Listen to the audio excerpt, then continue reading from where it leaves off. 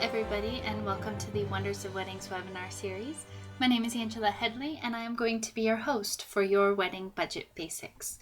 Before we get started, though, I would like to give you all just a minute or two to check your volume, make sure you can all hear me clearly.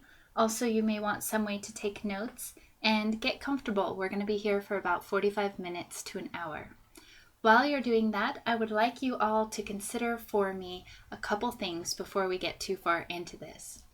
One is, if you had unlimited resources and you were able to purchase anything that you possibly could without second thought, regret, or even considering it, how would you react to the products that you could purchase? Most of you, if you think about people maybe you've seen on TV or people you know, will find that people who are able to purchase whatever they want whenever they want to tend to disregard their purchases almost as immediately as they buy them. On the other hand, consider the people that you know, or maybe yourselves, how they react to purchases they can make when they don't have an unlimited budget. Maybe they're living paycheck to paycheck. Maybe they have to kind of watch every penny. But how do they react to things when they actually get the chance to get something that they've wanted, maybe for a long time and they've had to save up for, or they weren't able to get it, but maybe it's Christmas or their birthday, so they have a little bit of extra money so they can get it. And I think when you consider these people, you will see that they tend to value and appreciate whatever it is that they purchased for a lot longer time. Now, the reason I want you all to think about this is that as you go through your wedding planning process, most brides, from my experience, tend to loathe the idea of having to stick to a budget. They view their wedding budget as a curse. They're always wishing for more money, and they fight it kind of all the way throughout their entire wedding planning process. I would like you all to just remember that a wedding budget actually will empower you throughout your planning process. You will be able to know how much you have to spend, be able to make decisions and execute things that you want more effectively, more quickly, and ultimately get the wedding of your dreams knowing that it was the best you could get for what you could afford at the time, and therefore you'll be able to appreciate it and value it for a lot longer. So I want to encourage you all, don't fight this. Don't fight the budget. Don't fight yourself for not having more money or your parents for not having more money. Take what you have, take the tools we give you, and use it, and come out knowing that your wedding will be everything that you want it to be, and sometimes even more, so it's not worth fighting over. So if you could all just remember that, keep it in the back of your head, then we'll start to go through this and all of it will kind of come together and make sense for you so that you can feel comfortable with it and ultimately feel confident as you go about spending your money on things that you need for your wedding and planning your wedding and creating the wedding of your dreams. So with that said, I hope you all are ready. Let's get into our overview for this webinar. We are going to teach you how to make your budget. I know that a lot of you are probably here for that, so we'll get that over with fast right at the beginning.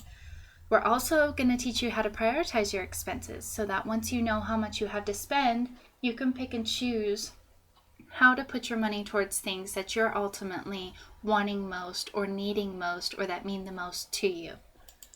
We're going to teach you how to make your guest list work for you, not against you, so that you are informed and educated as to the decisions and the impact that your guests are going to have on your overall budget.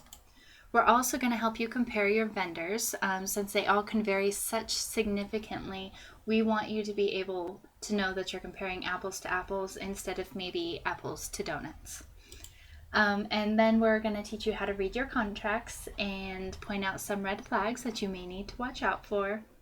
And then when all said and done, we know that your wedding is such a huge investment. So we're going to teach you how to protect yourself and your investment so that you can protect your wedding and what it's supposed to become and all of the money that you've worked so hard for. So without further ado, let's get right into how to make your budget. Now this is very easy. It's about 3 steps, and let's just jump right in. Step number 1, you're going to have to figure out how much you and your fiance have saved up to put toward your wedding. Now, this is not money that you might be using for a car payment or that could be set aside for student loans or to put down for a house. This is money that has been set aside specifically for your wedding and your wedding only. So to do that, you take how much the bride has saved up plus how much the groom has saved up, and then you put your total there. And if you have zeros, that's okay. We can work with that. We'll build on it. So once you all have that total, then we can move on to the second thing. Now next, you're going to need to figure out how much money that your families are willing to contribute to your wedding. Now I've seen this go a couple different ways. The first way is that a parent might suggest that they're going to pay for one particular purchase. So maybe the bride's family is willing to pay for her wedding dress, or the groom's family wants to pay for the rehearsal dinner. If they say that they are going to pay for the entire thing, then you can cross that expense off of your budget list. Not your to-do list, because you're still going to need to figure out how to make it happen, but your budget list, so that you can allocate your budget in a bunch of other places where it might be needed more. If your family comes in and says, well, I'm only willing to contribute, say maybe $1,000, but it has to be used towards your dress, or $1,000 and it can only be used for the rehearsal dinner, then what I encourage you to do is to take that money and set it aside and not figure it into your entire budget. And the reason for this is because if you say want to purchase a dress that's more than $1,000, then it's going to get kind of tricky on how to fit it in, but not fit it in because it's for your dress, but it's not really part of your budget. So what I encourage you to do is just leave it out completely, pull what you have aside, figure your budget based on what is available, and kind of use that money as a bonus. So maybe your budget says that you have $1,000 that you can put towards your dress. And then if you know your mom's willing to contribute her $1,000, now you can say, hey, I have $2,000 for a dress. So it feels more like splurging or being spoiled a little bit. Or you can come back and say at that point in time, well, the dress I want is only like $1,200 or something like that. So then you can take your extra $800 that might be over and above and beyond all of that and put that towards something else that might require more money, or that you might actually want to put money towards so you can get a better result. So based on those two things, decide if you're going to include it or not. In either one of those cases, I would not include it in your budget. I would only put down here and include in your budget if they're willing to say, here's the money, use it towards whatever you have to. So in that case, take whatever money that they have that you can spend on whatever you want, and then add up how much the bride's family set aside and how much the groom's family set aside. And then come up with that total. Once you have that, set it aside. We'll come back to it in a little bit. Now, the next thing you're going to need to do is you're going to need to figure how much money that can be set aside every month until your wedding. So, for example, if you are getting married in a year and you have an extra $200 you can set aside every month, you are going to take that $200 and multiply it times 12 months, and then you're going to have your total, which would be about $2,400. Now, if, say, you have student loans and you're repaying your student loans right now, or you have a car payment, and say in another 3 or 4 months, you can take that expense and throw it at your wedding, but until then, you're kind of maxed out. So take however much that is. So again, let's use $200 and say it's for a car payment or student loans, and say it's going to be paid for in 4 months. Well, then you still have 8 months of that $200 that you can save it and put it towards your wedding. So in that case, you would do the $200 per month times 8 months, because that's how many months you have to save it until your wedding. And then you would come up with $1,600. So once you have that total set aside, and this would be total of everything, total bride, total groom, total family, total whatever you have, it's the total amount per month times the total number of months that you can set it aside. And that's going to be your total here. Now, once you have all three of those totals, you're going to add all of the totals together, and that's going to be your total wedding budget, your working wedding budget. Now, just a rule of thumb that I have to kind of make a foolproof wedding budget, because unexpected charges come up all the time, and you don't want to be caught off guard. I take the top 10%, just right off, right away, set it aside, don't even think about it again. So for example, if your total wedding budget is $10,000, I would take 10% or $1,000 right off the top, set it aside. Then my working budget becomes $9,000. And that way, if say a florist breaks a vase and I have to order another vase and that's $200, I have that cushion that I can refer to instead of trying to have to pinch it and work it in and stress about where that money's going to come from. I know I have a reserve fund set aside, so I just pull it out and then just keep going with things as they already are. And you'll find that it is almost a lifesaver, I think, because the last thing you want is to have to be stressing about money on top of everything else. So if you do that, I promise you it will help you rest easy, it will alleviate so much stress, and it will ultimately give you the freedom to actually turn your focus towards other things instead of having to worry about money. So with that said, even if you know how much you have to spend, you can't necessarily go about spending it. And here's a situation that came up, and I encourage you all to think about this and rethink it and catch yourself when you find yourself falling into this trap so that you can catch it before you make a decision maybe you'll regret in the long run or before giving it much thought at all. So in this case, you now know how much you have to spend. You go out, and I've seen many, many, many brides do this, and you say, hey, we have a budget of $10,000. Yay, we have a wedding budget. Let's go shopping for wedding stuff. And maybe you go to a venue on the weekend with your fiance, and you happen to find this place that's absolutely gorgeous. It's everything you want it to be. It's beautiful. It's dressed to the nines. It is beyond your wildest dreams, and you want to have your wedding there. On top of that, the lady says, hey, if you sign today, if you book us today, I'll give you a 50% discount. And now you're just really getting your blood flowing and you're like, oh my goodness, can this be happening? It's so meant to be. It's perfect. And then she throws in, hey, it's all inclusive. So on top of it being everything you want, now we're going to provide everything for you and give you a 50% discount. What is she trying to do? She's trying to hook you. She's baiting you with all of these things, hoping that you'll sign, you can't say no, and get you. And you're a smart bride. You come back and you say, okay, well, how much is it going to be? And she says, well, it's going to be $4,420. That's how much the venue costs or will be to rent. And you're thinking in the back of your head, oh my goodness, we can afford it. It's less than half of our budget. It's all inclusive. It's the whole reception. Awesome. And your groom was saying, yeah, that's really great, because if it was full price, that would be like almost all of our budget. And I know you still need a dress and I still need a tuxedo. And this is just awesome. It's perfect. It's meant to be. So my question for you is, are you the kind of bride that would fall into this trap, or would you walk away?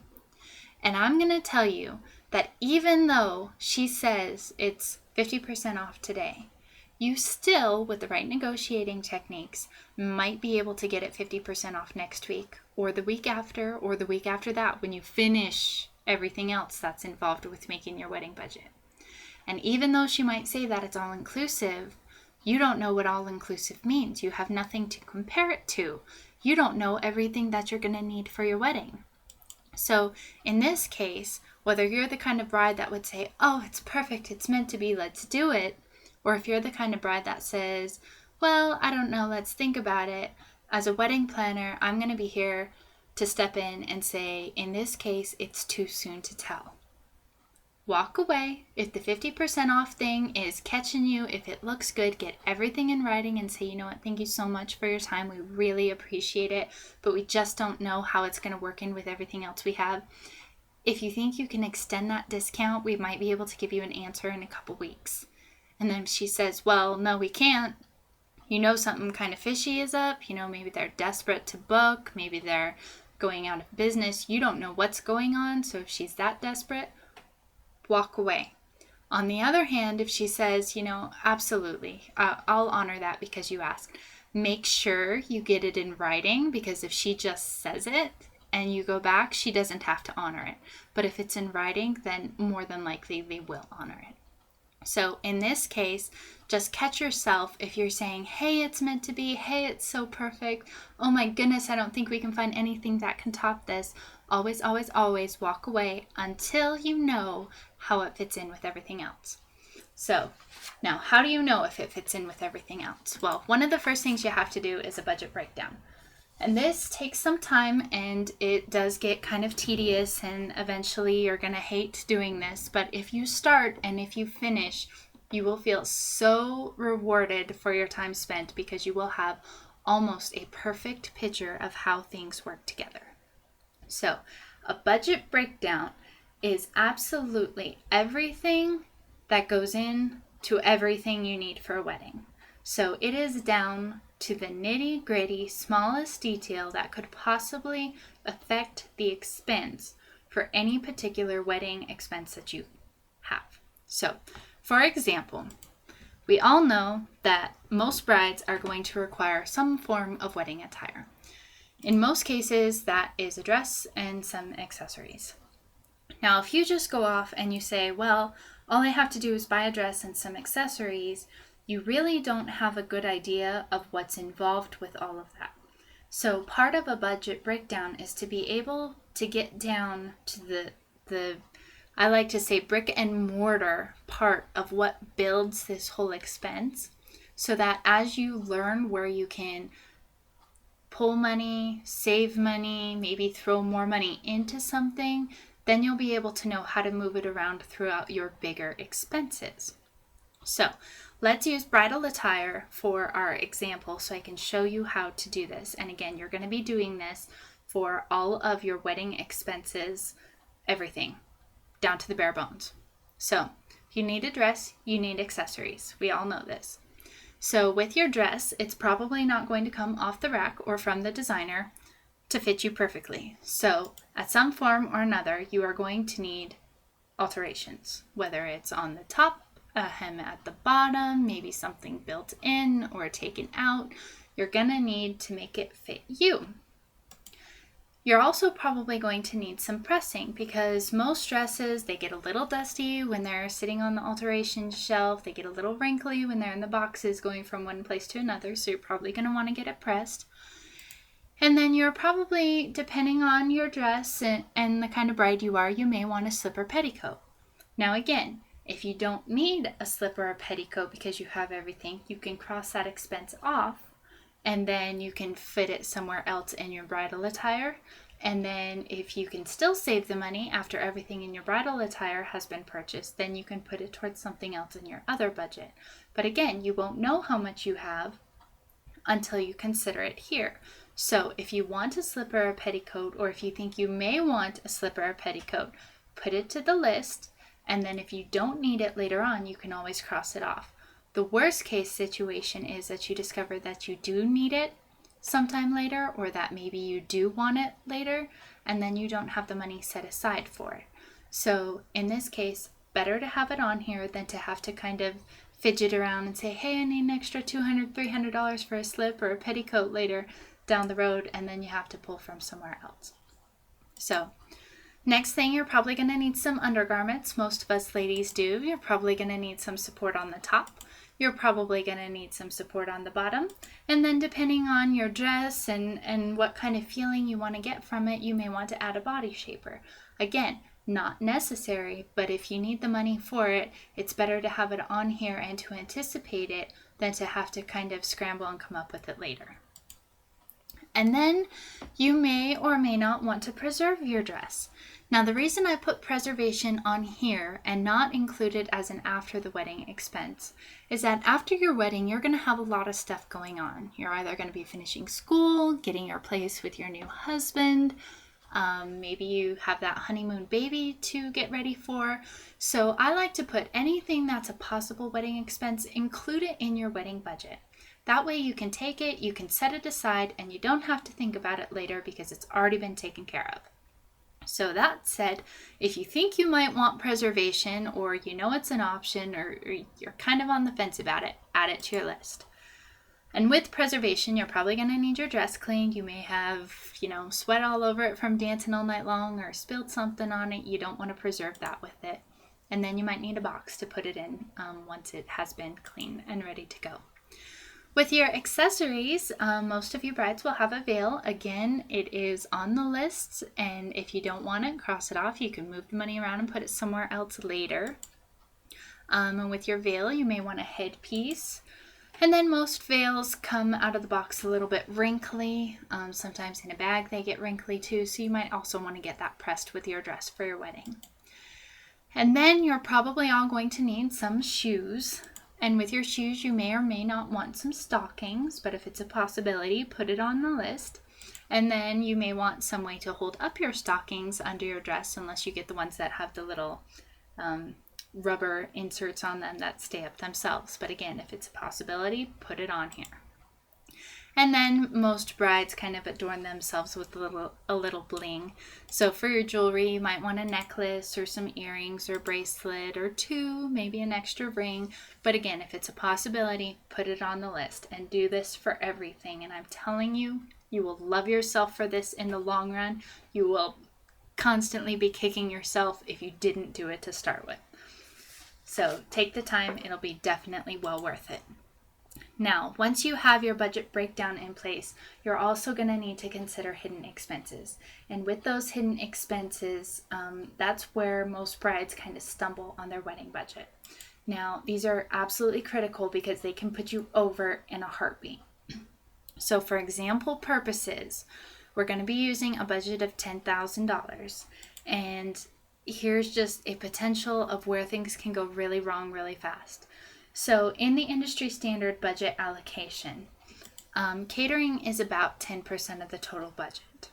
So in this case, the catering budget, 10% of $10,000 is $1,000. So now you know that you have about $1,000 to work with. Now, if you guys want industry standards, the budget how-to guide has all of them in there. And I suggest this almost more than any how-to guide out there because it comes up with all of these expenses. It will do your budget breakdown for you. It will bring up all of the hidden expenses that you may have. It has everything on there, and it is a good foundation and a good starting point for you so that you can not really necessarily have to worry that you forgot anything. So in this case, you have $10,000 and you have $1,000 to go to your food budget for catering. So if you come in and you say, well, catering is just food, you have a problem because you've forgotten about a service charge. And this will vary based on the location that you're in. But industry standard is about 27% of your catering budget is going to be a service charge. If you forget about this expense, you've already forgotten about $270. It's going to have to come from somewhere. So why not budget for it, be prepared for it up front, then have to scrounge around and try and come up with almost $300 later on. Also, a lot of brides tend to forget about gratuity. Now, some vendors add this to the contract, some don't, and some expect it after the wedding. But again, if you're going to expect it after the wedding and it is a wedding expense, factor it into your wedding budget up front. That way you don't have to think about it later. So in this case, if you forgot about gratuity or you didn't factor it in, you're out almost $180. On top of your $270, now you're over $500 in hidden fees that you forgot about. Not to mention the fact that what you thought was $1,000 that was going towards your guests and their food has now become $460 set aside for food. If you're expecting 100 guests, if you had $1,000, maybe that's reasonable. You have $10 a guest, maybe you can serve them fish and chips. But now you're down to $4.60 a guest for their food. What on earth are you going to serve them for that? I mean, I know that it's very hard to even go down to the local fast food place and get a meal for $4.60. So again, you need to know what these are up front so that you can more effectively move your money around for later. So once you have your hidden expenses and your budget breakdown, then you're going to have to constantly be weighing out the cost versus benefit of every expense that you have. So maybe you can live without a slip. Maybe you can live without that extra bracelet. Maybe you don't need to preserve your gown the first year after you're married. So you can move that extra money that you save there and put it towards the hidden charges that you forgot about in your catering that we just used for an example. So once you get an idea of how it all works together, then you can effectively make those decisions. In order to make those decisions, you compare your cost versus benefit. to do that, you compare the expense with your priority list. And we're going to talk a little bit about how to make your priority list next, right after this. So for now, we're just going to focus on, is it worth it to be able to purchase this item? Is it on your priority list? Do I really, really need it? And can we let it go to make room for things that are maybe more important and do without this? So as you're comparing your expense with your priority list, then you're going to need to determine the overall impact. And this will help you execute those decisions and make good, concrete, firm decisions and feel good about them. Determining the overall impact comes down to two things. One, the time you get to enjoy it. So I know most brides spend a lot more time at their wedding reception than they do their ceremony. So if you put a lot more money into your reception decor than your ceremony decor, you'll get to enjoy it a lot longer. I tend to encourage brides to put their money towards the reception and all of the meaning and the sentimentality behind their ceremony in order to do this. And then the second thing in determining the overall impact is how much will it be missed. In the case of a petticoat or an extra bracelet or something, it's not going to be missed as much as, say, a full belly for one of your guests, better food. So you're always going to have to consider that. And then once you've thought about those two things, you're going to need to calculate the potential budget for each expense. And this is not just, can you afford it? Say, for example, you have $600 to set aside for your stationery. In this case, just because you have $600 to spend on your stationery doesn't mean you should do it. You should first compare it with the priority list, second determine the overall impact, which in the case of stationery is pretty low. It's going to be the wow factor for all about 30 seconds when your guests open their stationery, but then they're probably going to put the date on their calendar and throw it away. In this case of our other examples that we use, the food is probably going to have a lot more of an impact. So just because you have the money doesn't mean you should spend it. So determine whether or not the cost is realistic and can you really afford it, or should the money be put towards something else. So you can't compare the expense with your priority list until you have a priority list. So here's how you do that. First, you have to prioritize your wedding wishes, and you can't do that until you have a list of all of your wedding expenses. Now, we have a priorities how-to guide at wondersofweddings.com that has about 20 things on it. Now, your list might be more detailed if you want it to be, or it might be shorter if you don't need all of those vendors, but it is an excellent starting point for the building blocks for your priority list. So once you have a list of all of your potential wedding expenses, then you need to prioritize the bride and the groom's wishes. Now, I recommend you do this separately. I recommend that the bride do her list aside from the groom and the groom do his list away from the bride. The reason for this is because it takes out unnecessary expectations. You don't want to feel like you have to make the other person happy or you have to take care of them. When you're prioritizing your wedding wishes, you need to think about what you want. So in the case of the bride, she may have been dreaming about this day all of her life. And maybe a gorgeous venue and a beautiful dress are very high on her priority list. But if her groom's around and she knows he likes food or he's a dancer or something like that, she might not realistically score her priorities because she'll try to accommodate his needs. And the same thing happens with grooms. So I guess based on my experience, grooms don't really dream about their wedding all of their life. So he's going to come in and he's going to say, well, I really like to eat, I really like to dance, and I really love my girl. So I am going to say I like to eat and I like to dance and I want her to look beautiful, but that's really all the thought I've given to it. The rest of it really doesn't matter. And in this case, that's a good thing because he doesn't need to care about a pretty venue. He doesn't need to care about the decor. He doesn't need to care about any of that other stuff. He needs to be honest with himself here so that you guys can pull together your priorities as a couple and what you really want in the whole heart of the situation. So once you have the bride and the groom's wishes illustrated, then you're going to need to calculate the couple's wishes. And this is where your priority list is going to come from. This is going to be how your budget goes to work for you. So this is what our example looks like in the priorities section, how-to guide at wondersofweddings.com. On the left side, you'll see the wedding expenses. We have 20 there. There are 5, for example, here. And then to the right, you're going to see the bride score, the groom score, and the couple score. So for an example, we'll just fill these in for you. The bride scored her bridal attire as a 20. So that's the absolute highest score you can get. Maybe she just wants to be gorgeous and beautiful and feel pretty, and that's most important to her. That's fine. And then the groom scored food the highest because, well, my mama always used to say the way to a man's heart is through his stomach. So that might be very much reality. So once you have your priorities on the list, now we don't know what the groom's number 20 is. Maybe it's something else like transportation. He wants a Ferrari or something like that. We don't know in this case. But for example purposes, the bride's highest score is 20. The groom's highest score is for the food.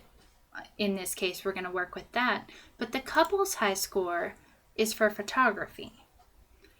Now, I encourage you to make your priority list off of the couple score and couple score only, but we can also use the bride scores and the groom scores once we decide what we're going to do with money that's left over. So the next thing after you have a priority list for your working budget, you need to plan for leftover money. So now I've heard, well, let's put it towards college, or let's put it towards paying off bills, or let's put it towards saving in a nest egg.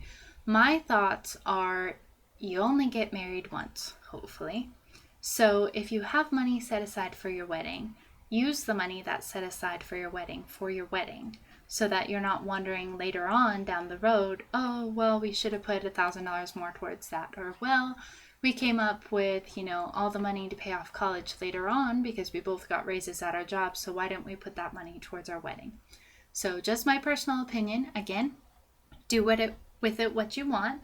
But for example purposes, we're going to say that we're going to take all of the money that was set aside for the wedding and we're going to put it back into the wedding. So here's our example. We're going to save $3,400 because we don't need a wedding planner. You guys have the tools. You have the webinars, you have the know-how, you don't need one, so now you have $3,400. What are you going to do with it? Well, you have 3 choices. You can put it towards your couple's priorities, which is your priorities for your working budget. You can put it towards the bride's highest priorities. You can put it towards the groom's highest priorities, or you can do some sort of percentages between the bride's and the groom's highest priorities. In this case, 50-50 for fairness. You might say 70-30 if you think it's more important to the bride than the groom, or 60-40, or whatever you guys want to do, but you need a plan. Once you have your plan, then you can begin to evaluate, recalculate, and adjust your budget accordingly. So when you're doing this, first thing you have to do is evaluate the situation. So you're going to do this after you close each expense on your budget list. So for example, this is said, this is done, we budgeted this much, we spent this much, there's no more that can possibly go into it, so we're either over or under by this much. In this case, we saved $3,400, so that's the situation. Then, to recalculate, for intensive purposes, we're going to say we're going to give 50% to the bride and 50% to the groom. That's our plan. That's what we agreed on. That's what we came up with. So that's what we're doing.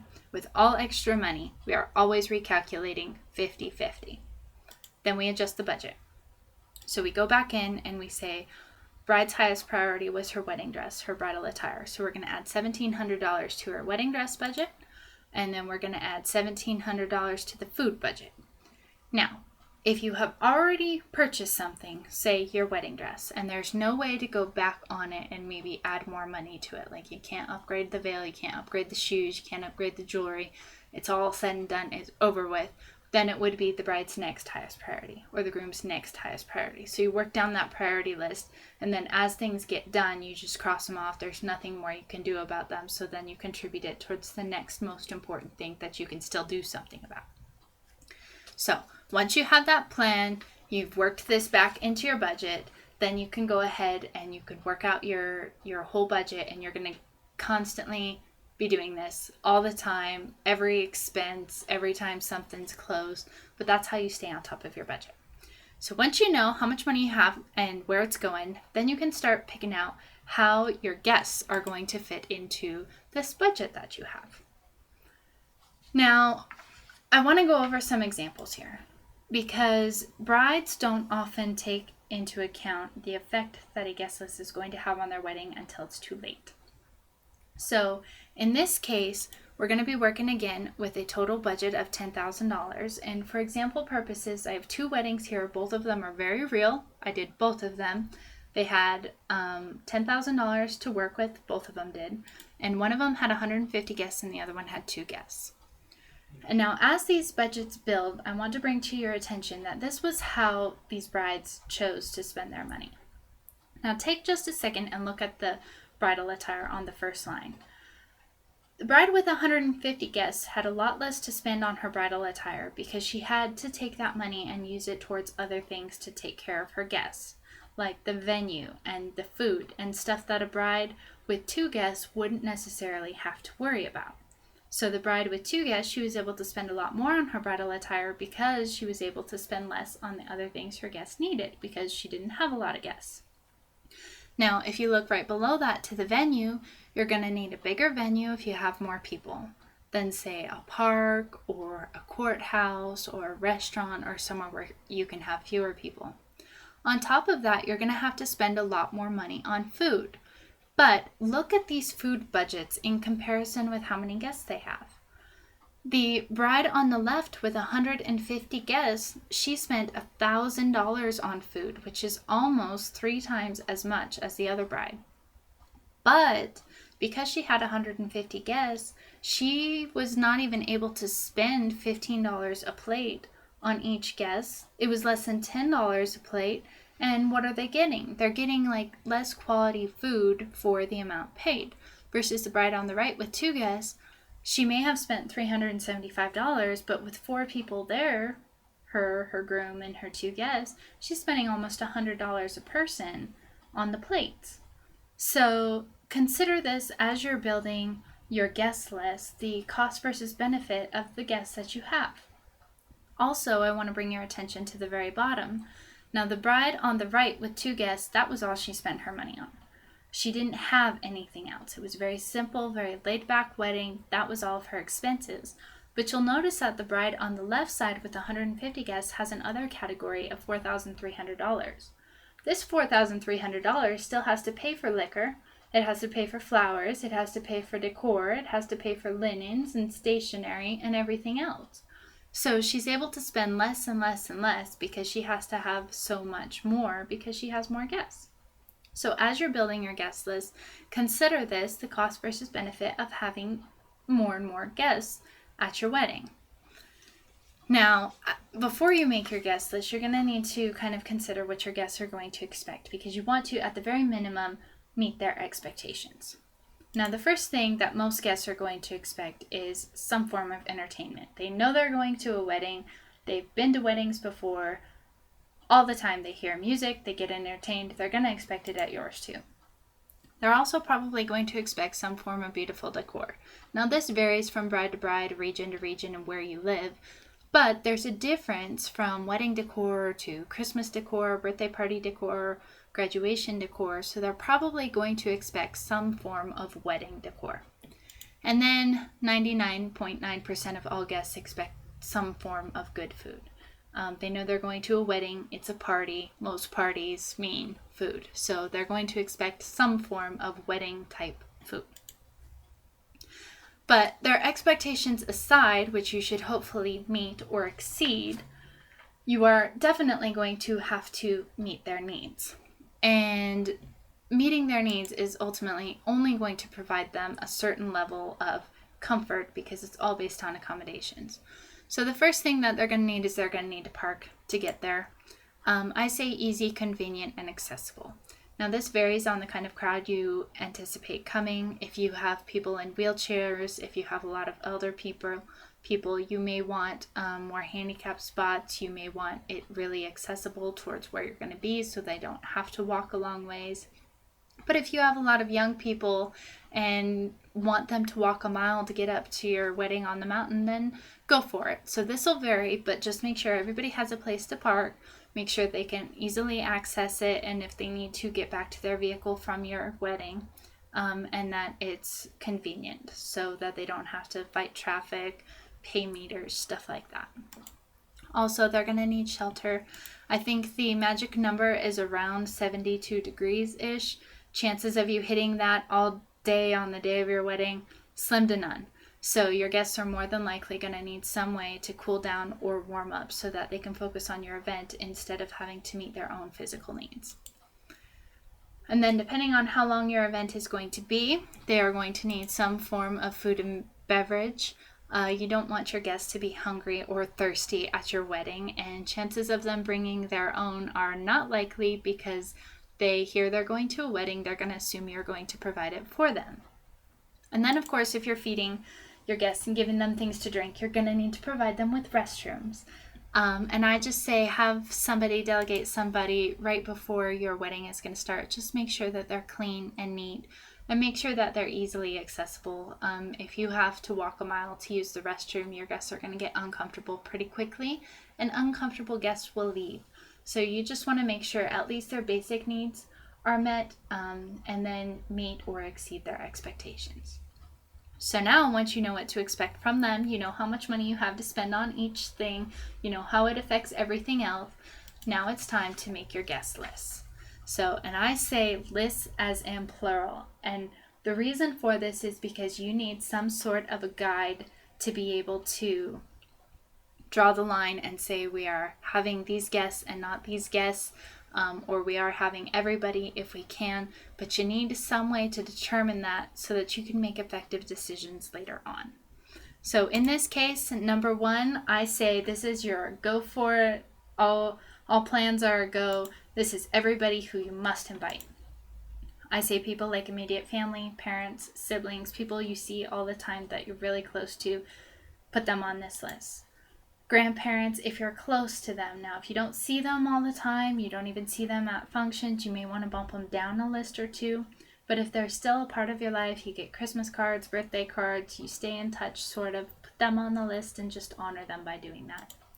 Obviously, your bridal party, if they're going to show up and be there, they got to be on your list. And then if they're coming, you should probably invite their spouses. And also, if you have parents or siblings that are married as well, invite their spouses. And this is a good way to honor people that mean something to you. Now, the next list we're going to go over is people who you would like to invite. So these are people that you stay in touch with, but you can kind of keep them up to date through other ways. But if you can invite them, you have a part in their life, they have a part in your life, so it's a good idea, if you can, to at least extend that opportunity. And this would be people like your friends that you see at school or at work or just Facebook, you stay in contact with them. Also your extended family, if you see them at family functions, reunions, they want to know what's going on with you, so love to have them if you can. Co-workers, obviously, if you see them every day at the office, they know that you're head over heels about your wedding. It might be nice to invite them. But again, you know, you can pick and choose where to draw the line. In cases like this, sometimes if you invite one, you kind of have to invite them all. So it's just, again, good to know where you can draw that line so you can feel comfortable and confident about your decisions. And then your neighbors, if you're close to them, if they know what's going on, you can put them on this list and just kind of keep them in your life if you're going to be staying around them for a while. The stop list or the don't go here list is really people who you maybe will invite. And this would be everybody who could potentially be going to your wedding for somebody else. For example, children or guests of guests will more than likely be there because their parents were invited and you wanted their parents there, you're close to their parents, but they came because of their parents. Or guests of a guest came because you didn't want your friend Sally to be lonely. So they're not there for you, they're there for somebody else to make them comfortable. So again, these lists are just basic general starting points, but if you make your guest list in this format, you'll have a much easier time at where to draw the line and to accommodate those as you begin to assess cost versus benefit of the sheer number of guests that you should invite. So once you know approximately how many people you would like to have at your wedding or that you will have at your wedding, then you can start comparing vendors. And when you start comparing vendors, that will ultimately guide you to how to choose your vendors. So in order to do that, you're going to need to first identify who is even an option out there. And this is going to require a lot of thinking and a lot of assessment. But if you do it right to begin with, it will save you a lot of headache in the long run. Personally, I think that one of the best ways to identify potential vendors is to use all of our vendor questions. That way you don't have to second guess or think about anything. It's all there, set in stone. But if you choose not to do that, or even if you do get that, you're still going to want to kind of do these things. So the first thing that you need to do is you need to list everything that you want. And this is just being upfront with yourself, being honest with yourself, and being honest with your vendors. If you don't know what you want, you can't expect them to know what you want. So you need to somehow kind of come up with that, really assess it, really get into the situation and the heart of things, and work together with your fiance so that you really have a firm grasp on what you guys are looking for. For example, if you go to a caterer and say, well, I need a caterer for my wedding, they're going to ask you what kind of food you want. They're going to ask you how you want it served. They're going to ask you how many people are going to be there. So you need to be able to tell them. So if it's a sit-down dinner, you want a 3-course meal, you want a dessert buffet, and you think you might want meat, fish, and pasta, the more specific you can get, the better off you're going to be. The next thing you're going to need to do is you're going to need to list what you must have. And this is things like if your mom is a vegetarian, you need a vegetarian food option. If you have people in your family who are diabetic, you need diabetic food options. If you need gluten-free foods because you have people in your family that can't have gluten, then that's something that you absolutely have to have. So you need to be able to walk into your vendors and say, I need this from you. And if they can provide it, great. If they can't provide it, then you move on to your next one. And that's step 3. You need to identify the vendors who can meet your criteria. If they can't, then move on. Don't waste your time with them. If they can, then you can consider them and take them to the next step. Now, once you have vendors that can potentially meet your criteria and you feel pretty good about it, then you have to identify their profiles. And again, this comes back to all of the 20 questions that we have in the vendor questions section. The worst thing you can do is go into vendor number 1 and say, we're thinking we might have about 100 guests. Because that's not really a concrete answer, and then they're going to make their judgments based on what you tell them. So for example purposes, let's say that this vendor says, well, not every guest is going to show up at the wedding. So they take 10% off of your number because they figure about 10% of your guests aren't going to show up. So now they're figuring in their head, you said 100, they're thinking 90. But then, say 2 weeks later, you decide, oh, we forgot all these other people. So you go into another vendor and you say, well, we're inviting 150 people. And they say, well, okay. And you happen to mention that, well, about 2 weeks ago, we were thinking we might have 100, but then we forgot all these other people. So now we're up to 150 and we know we're inviting 150. And they look at you and they say, well, you don't really know what you're talking about. And since your guest list seems to be going up, we're going to add an extra 5% onto our figures just in case it goes up a little bit more. So now this vendor is thinking 126 people. Your other vendor is thinking 90 people. And so by you kind of being wishy-washy as to what you want, there's a discrepancy of almost 40%. And if you figure 40% difference in numbers might lead to a 40% difference in expense and budget. So that really kind of takes away your control and takes away your ability to be consistent. So you don't really know what you're comparing, because one you're comparing 90, the other one you're comparing 126, and nobody's on the same playing field here. So the trick to identifying your vendor's profile so that you can compare them is to be consistent. So in this case, you go in, What is the maximum number of guests you allow, or maximum number you can handle, or we are not inviting more than 150 people. Put the max out there. Don't put the minimum. If you put the minimum, it has room to grow. The sky's the limit. But if you put a max cap and you have everybody figure based on that max cap, then anything below that is money saved, money in your pocket, money to put towards other priorities, more guests, whatever you want to, savings. But it gives you ultimate control, gets everybody on the same playing field. But the only way you can do that is to be consistent. So once you have consistent answers from everybody of we have no more than 150 people are coming, and we know that, and we're figuring it based on no more than that, then you have to establish a common price structure. So you are going to get multiple answers from different vendors, and the reason is they all work differently. They all have different options. So in this case, venue number 1, you go in, you say I have 150 guests, and it's your 4,421 that you liked before, but now you can accurately assess how it fits in with everything else, and you know how to compare it to other venues. So you can really ultimately assess the true value for it. So they say they're going to include your tables and chairs, but there's a $2,500 minimum liquor expense. So that figured you have about $6,920. You know, based on your hidden expenses that you factored in, that there is probably going to be a $450 gratuity on that, and that's based on 18% of $2,500.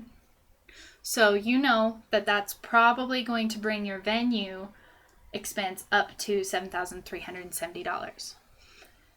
But in order to make it look the same as the other side, you need to add in food and linens. And you know that for 150 people, you're probably going to need about 19 tables at $8 a table.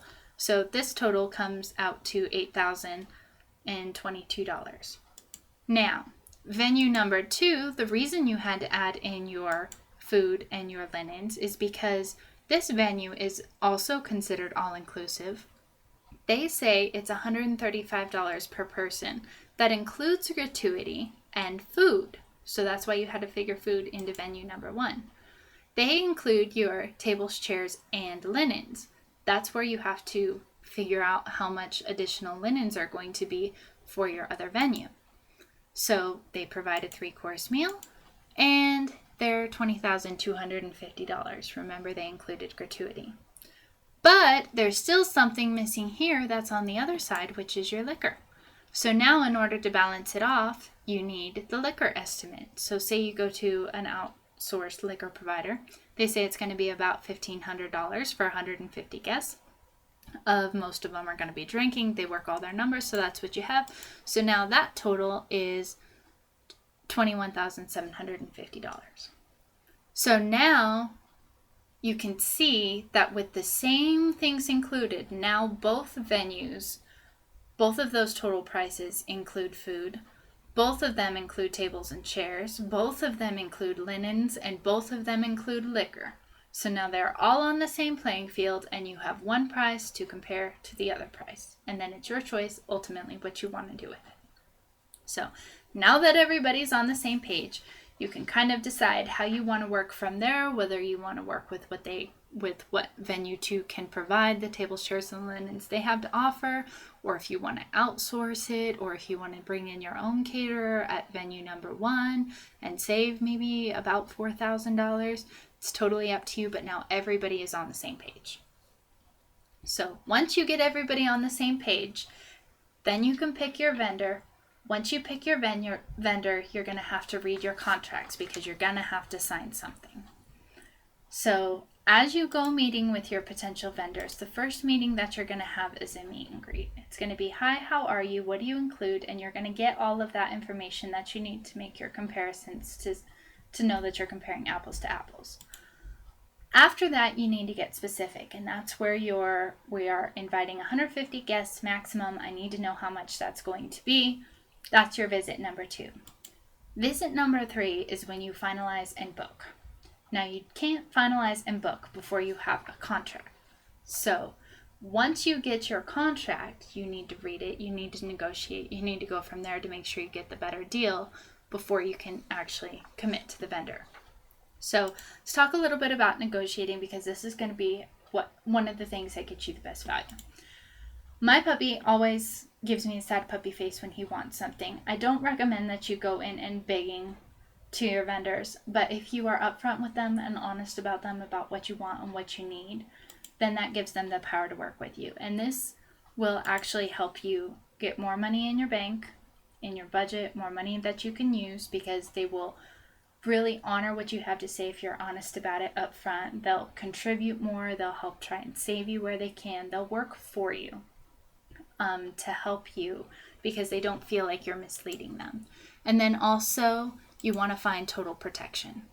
And these are the two key things that you are going to get from your contracts, but you don't know how to get this until you get your contracts. But once you have something to look at before you go back and finalize and book, then you can make sure that all of this stuff is worked in, and you do that by negotiating with your vendors. So with that being the goal, once you know that you want more money and you want protection, then you have to read your contracts to see what they say so that you can negotiate from there. So I like to tell all of my brides, get everything, take it home, read it, have somebody else read it, and have somebody else read it. So if you read it, have your fiance read it. See the red flags that they can find. See the good things that they can find. And then have somebody who's totally unbiased as to whether or not you get it, read it. Because chances are one or both of you is going to be emotionally connected to this vendor because you want what they have to offer for your wedding. So if you can get somebody else who doesn't care either way, that's usually the best way to go. So in this case, for this example, one of the red flags here is a conflicting alliance with another venue. And in this case, this venue can cancel if something else is booked at the other venue before or after this contract is done. So really you're saying, well, the only control I have is if I book this other venue too, because otherwise these guys can cancel it. So that's a big red flag. This is a real wedding contract. In this case, a bride did sign it. She was willing to take that risk. But again, it comes down to how much is it worth? Can you live without? Is there something else? Or are you willing to accept the risk? Another red flag is minimums or hidden charges. In this case, you have to get liquor from them, and it has to be $1,500. And then they're going to add tax on top of that, and a 20% minimum charge for beverage service, which is also considered gratuity. So they're just adding on price after price after price after price. So even though this particular vendor contract for this venue says it's going to be X amount of money, now you have to add in $1,500 plus 8.1 plus 20%. So do the math. Is it worth it or not? Another red flag in contracts that a lot of vendors sneak in there are what I call hidden clauses. And it's any other way that they can get money out of you. And I think in another webinar that we did, there was an example, a very last line of the contract that said they can charge you for anything that's not in this contract. And again, they're just sneaky little lines that come in that say, if you don't do what we want this way, then you have to give us more money. And they throw them in there. They're a line or two, and they're oftentimes overlooked. And this is when brides come back and say, please, please, please help me with this. And I have to say, there's nothing I can do because you signed the contract. So part of negotiating is coming back and saying, well, can we only pay $1,000 for liquor instead of $1,500? And you change that in the contract before you sign it. Also, part of negotiating might be, do we really have to have them all get insurance? Or, can just the big ones? And so you don't need insurance from the little ones. Or what does this mean? I mean, this line, if the client or vendor does not provide the local venue with the proper insurance by the date of the event, the client will be charged $250. Well, Mr. or Mrs. at the venue, is this $250 per vendor that doesn't have insurance, or total? So if I don't have one have it, then I'm only charged $250, so I don't have to worry about the other, and I can buy some time and just pay the $250 and not get insurance for everybody. Or is it $250 per vendor that doesn't have insurance? So again, negotiating, it'll save you money and it will protect you from things like this. So Then once you've negotiated your contracts, you feel confident about what you're signing, you can finalize and book. But before you finalize and book anything, you're going to need to make sure that you can ultimately protect yourself, because once you sign that contract, there are no undos, do-overs, or anything. So you need to make sure that you can protect yourself in every way that you need to feel comfortable and confident about your wedding before you commit to anything. So here's some things to consider. The backup plans. I like to say have backup plans for no-show vendors, bad weather, broken or missing items, and then kind of vendors who are no-shows, I guess, or missing in action. So they're not there yet, but they might still be there. So for your no-show vendors, I recommend, and in some cases you have to spill out some extra cash. In a lot of cases you can negotiate and come up with contracts with them so you don't have to pay it up front. But just have a list of last minute replacement vendors for any service vendor that you have. This is not, I need another one for my dress, or I need another one for my cake. It's another vendor for if your DJ doesn't show up, if your florist doesn't show up, if your officiant doesn't show up, somebody there. And I would say get 2 or 3 backups for each one, because if they don't answer their phone right when you call, you're going to want to move on to the next one until you find somebody. So build that into your contracts, maybe set extra money aside for this, but make sure that you have backup plans in case of no-show vendors. Also, bad weather. It can destroy your flowers, your ceremony decor, your reception decor, your gifts, your dress, your hair, your makeup. Weather can destroy everything.